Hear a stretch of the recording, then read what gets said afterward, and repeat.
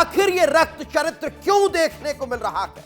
क्योंकि पश्चिम बंगाल में 15 साल के बाद ममता बनर्जी के शासन का अंत हो चुका है, अंत हो चुका है ममता शासनकाल का। लेकिन सवाल यह उठता है कि सत्ता बदलने के बाद भी क्या इस तरह का रक्त चरित्र देखने को मिलता रहेगा? आखिर यह क्यों हो रहा है? क्या खून अब बदले की आग में बदलने लगा है?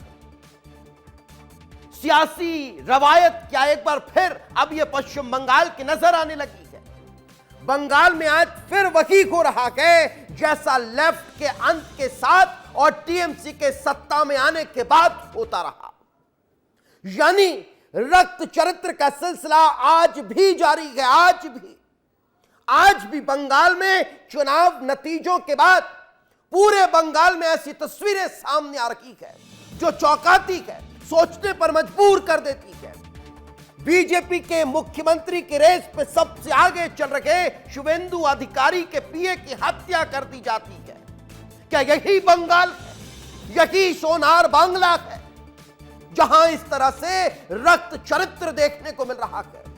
कहीं आगजनी हो रही है, कहीं झड़प हो रही है, कहीं कब्जा किया जा रहा है, कहीं पार्टी दफ्तर छुड़ाए जा रहे हैं, कहीं लेनिन की मूर्ति को गिराया जा रहा है। यही होता रहेगा पश्चिम बंगाल में। लोकतंत्र के महापर्व के बाद अगर किसी एक पार्टी को विजय मिली है, किसी एक पार्टी की पराजय हुई है, तो क्या वहां खून की नदियां बहा दी जाएंगी? इस हिंसा में अब हर कोई सवाल खड़े कर रहा है, हर कोई सवाल खड़े कर रहा है। इतनी बड़ी राजनीतिक हत्या आखिर कैसे हो सकती है? इसको लेकर जांच भी होनी चाहिए और दोषियों के खिलाफ कार्रवाई भी। लेकिन पश्चिम बंगाल के इतिहास में यह कोई पहली बार नहीं हो रहा है, मगर हां, इस बार एक बदलाव देखने को मिला है। यह बदलाव यह है कि अभी तक के चुनाव में जब चुनाव लड़े जाते थे तब राजनीतिक हत्याएं होती थी, लेकिन अब 2026 में चुनाव शांतिपूर्ण तरीके से निपटा दिया गया, खत्म हो गया। उसके बाद ये रक्त चरित्र एक बार फिर पश्चिम बंगाल की धरती पर देखने को मिल रहा है, जो सोचने पर मजबूर करता है कि सिर्फ एक राज्य में चुनाव था क्या? नहीं था, 5 राज्यों में चुनाव थे और उन 5 राज्यों में जारी चुनाव के बाद कहीं कुछ नहीं हुआ सिवाय पश्चिम बंगाल के, सिवाय पश्चिम बंगाल के। यही कारण है कि अब चंद्रनाथ हत्याकांड को लेकर कई सवाल खड़े हो रहे हैं, कई सवाल। लेकिन मौजूदा स्थितियां वहां क्या है? वर्तमान परिस्थितियों में पश्चिम बंगाल के हालात कैसे हैं? चंद्रनाथ हत्याकांड को लेकर क्या बड़े खुलासे हो रखे हैं? चलिए एक एक करके आपको बता देते हैं, एक एक करके आपको बताते हैं। आपको बताते हैं कि इस वक्त की बड़ी खबर क्या है। इस वक्त की बड़ी खबर, स्कॉर्पियो में 3 से 4 लोग सवार थे जिसमें चंद्रनाथ रथ बैठे हुए थे, पीछे की सीट पे चंद्रनाथ बैठे हुए थे। यह भी चौंकाने वाला खुलासा हो रहा है। हमलावरों ने ताबड़तोड़ फायरिंग की है, यह बड़ी जानकारी मिल रही है। अलग अलग चीजें एक के बाद एक निकलकर सामने आ रही है। कभी यह बताया जा रहा है कि आगे की सीट पर चंद्रनाथ बैठे हुए थे, यही कारण है कि आगे की गाड़ी में शीशे टूटे हुए नजर आ रहे हैं, फायरिंग के निशान हैं।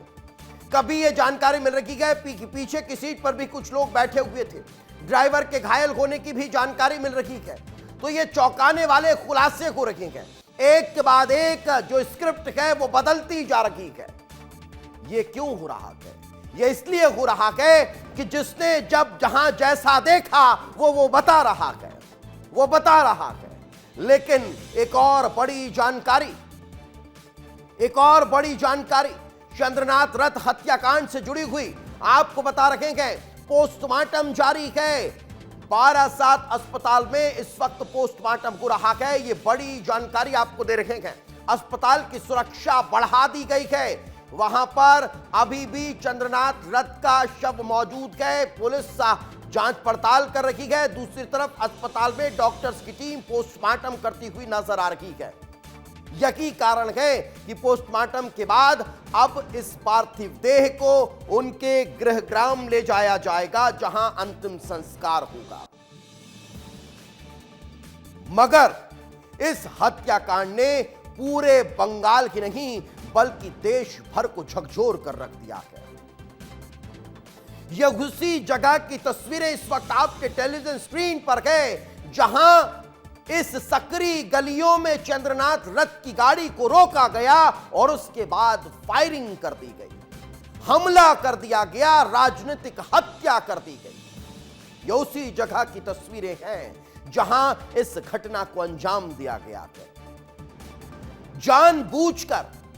जानबूझकर साजिश के तहत इस तरह के रास्ते को चुना गया, जहां सकरी गलियां हो, जहां भागने की कोशिश न की जा सके, जहां कोई और आए उससे पहले यह कर दिया जाए। यही यहां पर हुआ है। इस वक्त हमारे सहयोगी अमृत तिवारी हमारे साथ मौजूद है। अमृत, फिलहाल और क्या ताजा जानकारी मिल रही है? इस वक्त आप कहां पर गए, क्या हलचल, क्या माहौल देखने को मिल रहा है? दीपेश, मैं यहाँ बारासात स्थित मेडिकल कॉलेज में हूँ। यहीं पे आपको बता दें कि रथ के पार्थिव शरीर का पोस्टमार्टम हो रहा है। 9 बजे से टाइम था कि उनके पोस्टमार्टम किया जाएगा और यह प्रक्रिया अब शुरू की जा रही है। और आपको बता दूं कि पोस्टमार्टम के बाद चूंकि पूरे पश्चिम बंगाल में अगर बात करेंगे, भारतीय जनता पार्टी का जो कैडर है उसमें बहुत ही सेंटिमेंट उसका हाई है।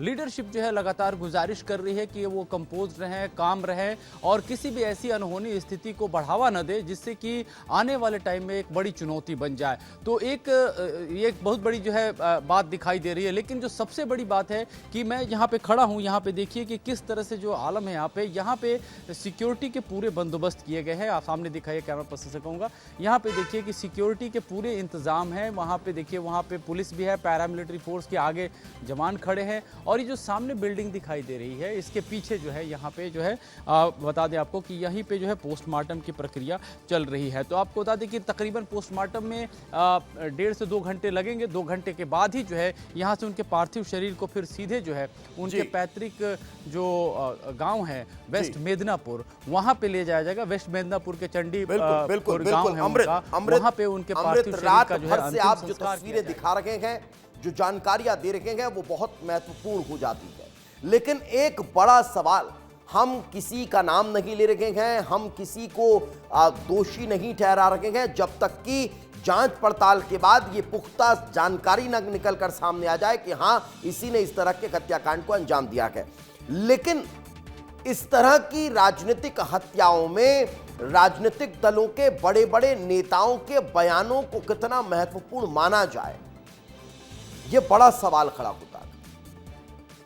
देखिए, बिल्कुल, देखिए, राजनेता अगर बयान दे रहे हैं तो निश्चित रूप से वो अपने फुटप्रिंट को और गहरा करने के लिए दे रहे हैं, चाहे वो किसी भी दल के हों।